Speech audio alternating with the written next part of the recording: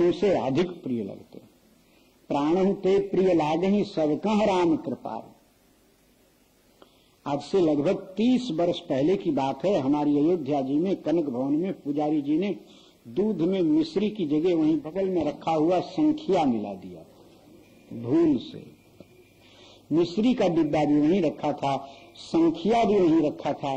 बच्चे की खुजली के लिए दवा बनाने के लिए उन्होंने संखिया पिसवा के मंगाया था और वहीं धर दिया था।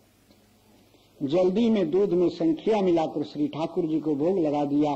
कनक भवन में श्री ठाकुर जी का पूरा शरीर काला हो गया।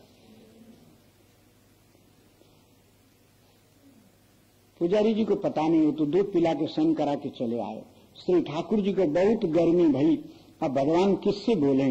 अर्चा अवतार में, मूर्ति के रूप में जो भगवान का अवतार ये अर्चा अवतार है। अर्चा अवतार की अलग मर्यादा है। ये चेतन होने पर भी जड़ के समान बैठे रहेंगे, बोलने में समर्थ होने पर भी मौन रहते हैं, अपराधों को, पापों को, अपमान को सहन कर लेते हैं, भक्तों का सम्मान करते हैं। ऐसी ऐसी मर्यादा है। अर्चा अवतार में बोलते तब हैं जब अर्चक के मन में मूर्ति की भावना खत्म हो जावे, पूजा करने वाले के मन में मूर्ति की भावना न होकर लाला की भावना आ जाए, तब बोलने लगते हैं। अथवा दर्शनार्थियों में जो 32 अपराधों को न करे, 32 अपराधों में से एक भी अपराध न करके मंदिर में जावे तो भगवान बोलते हैं। ये मर्यादा है। इसलिए सबसे ठाकुर जी इस कलिकाल में बोलते नहीं, क्योंकि प्राणी तो अपराधों का खजाना है। जूता पहन के जाना, चप्पल पहन के जाना, सवारी में बैठ के जाना, कंबल ओढ़ के जाना, नी लगाए कपड़ा पहन के जाना, माला पहन के जाना, हाथ में छड़ी लेकर के जाना, ये सब अपराध हैं। ऐसा मंदिर में जाए तो ये पाप है और पाप भगवान के दर्शन से छूट जाते हैं, बस खत्म। बोलते नहीं भगवान। मंदिर में जाकर भगवान के सामने पांव फैलाना, भगवान के सामने पान खाना, भगवान के सामने दूसरे की निंदा करना, भगवान के सामने अपनी प्रशंसा करना, भगवान के सामने किसी दूसरे देवता को छोटा बनाना, भगवान के सामने किसी दूसरे का चरण छूकर प्रणाम करना, ये सब अपराध हैं। भगवान के दर्शन से अपराध छूट जाते हैं, परंतु बात करने के लिए तुम्हारे पास पुण्य नहीं रह जाता है। इसलिए 32 अपराधा भगवान वेद व्यास पद्म पुराण में बताते हैं कि 32 अपराध हैं जब प्राणी मंदिर में दर्शन करने जावे। अति सावधानी पूर्वक उन अपराधों को छोड़ करके जिस दिन मंदिर में जाता है उस दिन भगवान बात करते हैं।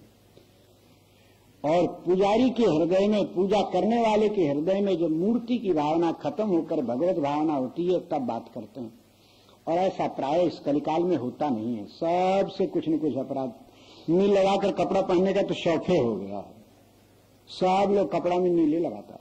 पुराने साधु लोग नहीं लगाते, नए लोग तो फिर नए ही हैं। तो ऐसे सब है, बहुत अपराध बनते रहते हैं। तो अर्चा अवतार में सबसे बोलते नहीं भगवान। तो अयोध्या जी में एक तपसी जी की छावनी है, वहां 3 छावनी है पुरानी। सबसे पहली श्री रघुनाथ दास जी की छावनी है। श्री रघुनाथ दास जी महाराज सिपाही का काम करते थे, कथा सुनने में इतने मगन हो गए, ड्यूटी पर नहीं गए। उस दिन उनका बड़ा अफसर आने वाला था, उनके बदले में ठाकुर जी जाकर झंझट से बचा लिए। ये जब मालूम भया तो सब छोड़ के साधु हो गए। फिर वही संत सेवा करने लगे। तो उन्होंने बड़ी लंबी चौड़ी छावनी बनाई है, उसका नाम श्री रघुनाथ दास जी की छावनी है। बाबा रघुनाथ दास जी अयोध्या में बड़े प्रसिद्ध संत हुए हैं। उसके बाद में श्री मणि रामदास जी महाराज एक अच्छे संत बने हैं जिन्होंने छोटी छावनी का निर्माण किया है। आजकल छोटी छावनी नाम की है, बड़ी छावनी से ज्यादा संत छोटी छावनी में रहते हैं। अब तो बड़ी छावनी में भी अच्छे संत आए हैं, वो भी संत सेवा करने लगे हैं, कुछ वहां भी रौनक बढ़ने लगी है। भगवान करे दिन दूनी बढ़ती रहे। और मणि राम जी की छावनी में इन दिनों ब्रज के ही श्री नृत्य गोपाल दास जी महाराज महंत हैं, खूब साधु सेवा करते हैं, बड़े अच्छे संत हैं, सभी जानते हैं उनको। आजकल तो विश्व में प्रसिद्ध हो चुके हैं और झंझट वाले कांड में कुछ सहयोग करने के कारण बड़े प्रभावशाली, बड़े अच्छे, सरल, मिलनसार संत हैं। तीसरी छावनी है तपसी जी की छावनी। तपसी जी की छावनी के जो तपस्वी जी थे जिन्होंने छावनी का निर्माण कराया, उन दिनों वो थे और वो श्री राम जी के सखा, मित्र, भाव में मगन रहने वाले, मित्रों में भी बड़े भाई, बड़े सखा, प्रौढ़ सखा। इसलिए अब लाला को प्यास लगे, वो संख्या चढ़ गया तो गर्मी हो गई, तो प्यास लगे तो किससे बात करें, तो बड़े भैया से कहने के लिए गए। आधी रात्रि का समय, सब संत सो रहे थे, तपसी जी बैठे हुए माला फेर रहे थे, सामने श्री कनक भवन बिहारी जी प्रकट भये, उठकर खड़े हो गए। सखा जी ने आगे बढ़कर अंक माल दी, लाला व्याकुल कैसे? बोले भैया आज दूध में पुजारी ने भूल से मिश्री की जगह संख्या मिला के भोग लगा दिया, हमको गर्मी बहुत हो गई, हम बहुत परेशान हैं, किससे कहें, आपके पास आए, जल्दी कुछ ठंडा का उपाय करो। कहकर ठाकुर जी अंतर ध्यान भय मंदिर में पधारे। तपसी जी जाग गए, घबरा गए। उन्होंने तुरंत सब संतों को बुलाया और बुला करके जितना भी स्थान के अंदर सामान था, ठंडा बेल का मुरब्बा, आंवला का मुरब्बा, ठंडाई का सामान और जितना गुलकंद वगैरह जो जो मिल रहा था, काजू है, किशमिश है, बादाम है, पिस्ता है, सब घूट घाट के जल्दी जल्दी शरबत तैयार करके गगरों में भर भर करके, और सरजू जी का जल 150 घड़ा सब मत्थे पर रख करके जैसे सीताराम सीताराम करते आधी रात्रि को संत लोग कनक भवन में पहुंचे। अब 40-50 साधु हल्ला करते आए तो सब कनक भवन में लोग जाग गया, क्या हो गया क्या हो गया। पुजारी जी दौड़ के आए, तपसी जी को देखे, महाराज आधी रात को कैसे दर्शन करने चले आए, अभी तो सवेरा नहीं गया। बोले सवेरा तो नहीं गया, बाकी आपके दिमाग में अंधेरा हो गया, ठाकुर जी को मिश्री की जगह संख्या मिलाकर भोग लगा दिए और उनको गर्मी हो गई, हमसे कहने के लिए आए थे, इसलिए जल्दी जगह उनको कुछ ठंडा भोग लगाना है, मंदिर खोलो। अरे ऐसा नहीं महाराज। बोले तो दूध का प्रसाद जो भोग लगा था पिए। अरे तो हम मंदिर में बुलाया है। तो तपसी जी ने कहा देखा आप भूल कर सकते हैं, बाकी श्री रघुनाथ भूल नहीं कर सकते, वो प्रसाद तुम पीते तो अभी तुम्हारी लाश दिखती यहां पर। तुम भूले, भोग लगाना भूले तो ठाकुर जी ने प्रसाद लेना भी तुम्हें भुला दिया, इसलिए बच गए, जल्दी मंदिर खोलो। अब तो घबरा के पुजारी जी जल्दी 2 गगरा में नहा लिए और दौड़ करके मंदिर खोले तो ठाकुर जी का चेहरा देखे चीख करके नीचे गिर पड़े, बेहोश हो गए, अल्लाह मच गया। सभी संत लोग दौड़े, क्या हुआ? बोले कैसे ठाकुर जी हो गए? काला श्री विग्रह हो गया। श्री कनक भवन बिहारी जी गोरे राम जी हैं, काले राम जी नहीं, गोरे राम जी हैं। तो अब उनका काला हो गया श्री विग्रह। तो अब घबरा कर 2-4 आदमी झांक के देखे, सब डर के मारे बाहर निकल गया। श्री तपसी जी भीतर गए, भीतर जाकर के लाल जी के सिर पर हाथ फेरे, इतना भयंकर संख्या, हाँ भैया बहुत गर्मी लग रही हो रही, मेरे लाल जल्दी से गोद में उनको लिया, गुलकंद भोग लगाया, ठंडाई भोग लगाई, आंवले का मुरब्बा भोग लगाया, बहुत बहुत भोग लगाया। ये सब होते होते 2-3 बज गए, हल्ला मच गया। सो पूरे अयोध्या और फैजाबाद के लोग सवेरे के 6 बजते बजते क्या हिंदू क्या मुसलमान कनक भवन भर गया, ठसाठस, भीतर से लेकर के बाहर गलियां सब जगह नहीं चलनी थी। दर्शन कराओ दर्शन कराओ, दर्शन का कराओ, ठाकुर जी का दर्शन कराने लायक चेहरा ही नहीं, एकदम वज्र करिया हो गई और विचित्र स्थिति है। अब तपसी जी को अनुभव होता है, आज के प्राणी को तो सब नहीं अनुभव होता, कुछ भोग लगा दो अपना मुंह जले तो भले मालूम हुए, बाकी भावुक संत हुए तो उनको अनुभव हुए। तो अब वहां पहुंचे महाराज, जब पहुंचे तो बड़े प्रेम, अब तपसी जी महाराज भीतर गए, भैया सब दर्शन के लिए अल्लाह कर रहे हैं, क्या करें, ये कैसी गर्मी उतरेगी।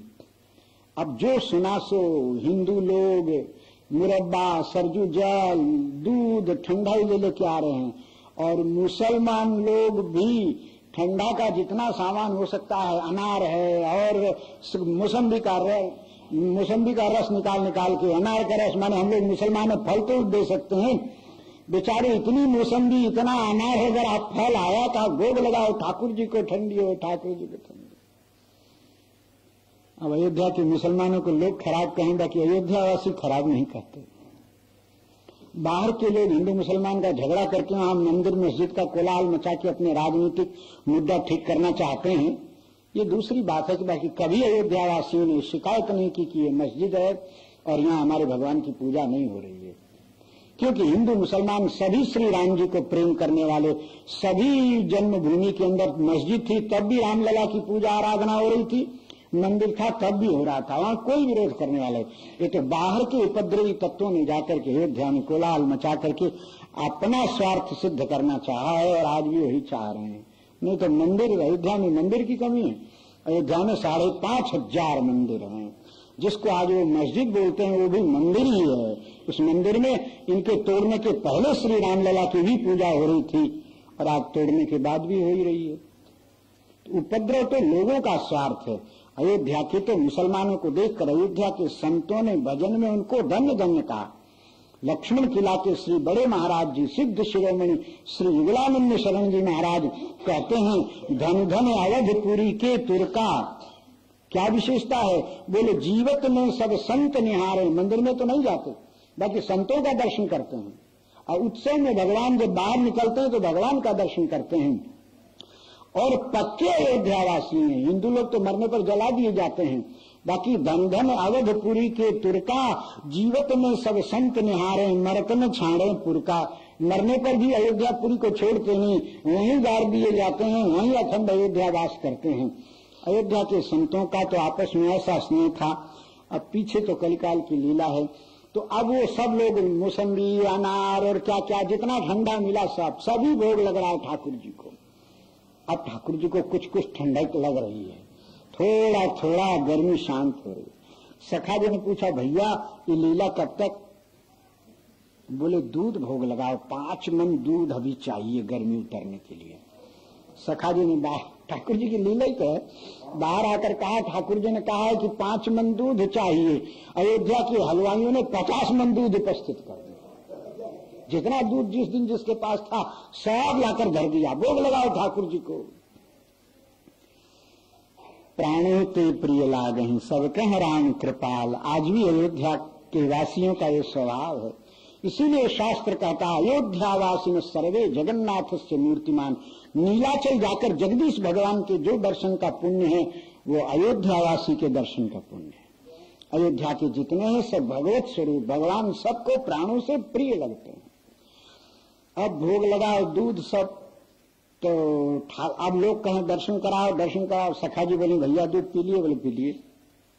लोग कहते हैं दर्शन कराओ, तो बोले लोगों से कहो कि हमारा है तबीयत ठीक हो तो दर्शन होगा। तो ये बाहर बोले, श्री राघव कहते हैं उनकी तबीयत ठीक होगी तब दर्शन होगा, हल्ला मत करो। तो उन लोगों का तबीयत कैसे और कब ठीक होगी? तो इन्होंने पूछा, भैया तबीयत कैसे और कब ठीक होगी? तो ठाकुर जी ने कहा, हमको भोग लगा वो संखिया वाला जो दूध धरा है उसको कोई पी जाए तो अभी ठीक हो जाए। तो जितने प्राणी थे, क्या हिंदू क्या मुसलमान, सब लोग सच्चे हृदय से चिल्लाए, हमको दो हमको दो हम पिए। तब से जी महाराज के नेत्र भर आए अयोध्यावासी आज भी।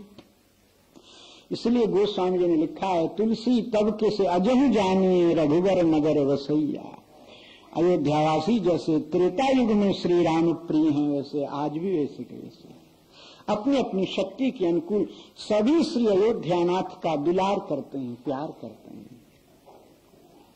ये तो बाहरी उपद्रवी लोगों ने जाकर के अयोध्या में थोड़ी उद्दंडता मचाई है, और उस उद्दंडता का प्रभाव ये हुआ कि 10,000 साधु अयोध्या छोड़कर अन्यत्र चले गए। संसारियों की संख्या बढ़ गई है। 20 वर्ष पहले श्री प्रमोद बनवाले महाराज जी का शरीर छूटा तो संपूर्ण अयोध्या के साधुओं का भंडारा गया था, तो 14,400 साधुओं को चिट्ठी मिली थी भंडारे की। और अभी 3 वर्ष पहले एक महाराज का शरीर छूटा था, उसमें जब भया है 3, 4 या 5 वर्ष भये, तो उसमें संभव एक भया संपूर्ण साधुओं का भंडारा, तो 4,200 चिट्ठी होते होते साधु खत्म, इससे आगे साधु नहीं। और भीड़ इतनी बढ़ गई है, संसारी लोग जाकर के, राजनीतिक नेता लोग जाकर के बस गए हैं, वो सब अपना अड्डा बनाने के लिए। पता नहीं कैसे, भीड़ तो उससे भी ज्यादा है, परंतु अब साधुओं की संख्या कम हो गई है। 10,000 साधु बाध्य हो गए हैं इन उपद्रवियों के लिए अयोध्या छोड़ने को, और अब चित्रकूट में, श्री वृंदावन में या अन्य जहाँ शांति वहाँ आश्रय लेते हैं। साधुओं को तुम्हारे राजनीतिक धंधे से कोई मतलब नहीं, उनके रघुनाथ तो अयोध्या में सदा खेलते रहते हैं। कि ऐसी लीला जब सखाजी महाराज के नेत्र भरिया, उन्होंने कहा, राघव सभी दूध पीना चाहते हैं, उसको बोलो किसको आज्ञा होती है, वो संख्या वाला दूध किसको दिया जाए? तो ठाकुर जी ने कहा, किसी को नहीं दिया जाए, ये जो भोग लगा दूध है ना इसमें मिला दो। तो 50 मन दूध में वो कटोरा भर दूध मिला दिया गया। अब ठाकुर जी ने कहा, 1 गिलास सबको बांटो। अब दूधवा तो एक प्रकार की औषधि हो गया, मर्यादा। एक तो श्री राघव को भोग लगा, और दूसरा प्रभु ने बड़े ढंग से, भगवान बड़े दया निधान है। बच्चों में जोश समाप्त हो सकता है, श्री राघव का होश समाप्त नहीं होता। वो तो भले जोश में कहते हैं सबका सब कटोरा हमको दे दो, बाकी प्रभु तो जानते हैं ना। इसलिए सब दूध में मिलाया और फिर नन्ही नन्हे कुल्हड़, वहां मिट्टी के बहुत होते हैं। अयोध्या में कुल्हड़े में बाजार में दूध चाय मिलता है, गिलासों में कोई नहीं, बोले जूठा हो जाएगा, कोई लेगा नहीं। तो वो कुल्हड़े मार आने लगे और फटाफट बटने लगा, सब दूध पीते। जब सब दूध समाप्त हुआ तो श्री रघुनाथ फिर गोरे हो गए जैसे कहते हैं।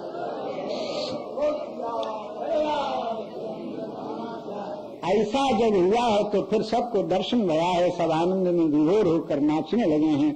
प्रभु का दर्शन और आशीर्वाद प्राप्त करके अपने अपने घर गए हैं।